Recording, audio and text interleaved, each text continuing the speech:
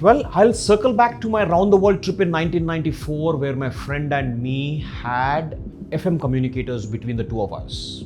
So we went and picked up two FM radio units and we mapped the frequency and we both were able to communicate. We had helmets which had headphones and these small ones we kept in our pocket so that, like the transmission was easy between the two of us and we were able to communicate. So I've been a die-hard fan of having a communicative device mapped with my helmet, my phone, and my partner.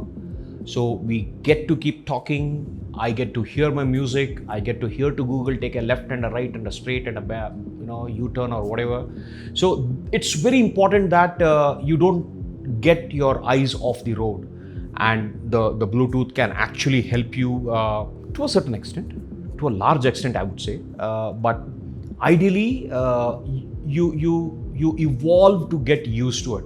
Sometimes initially it was a little distractive, but now with the technology which is so advanced that you hardly get to touch your phone to receive a call or make a call, or it's all voice prompted commands by just pressing a couple of buttons there.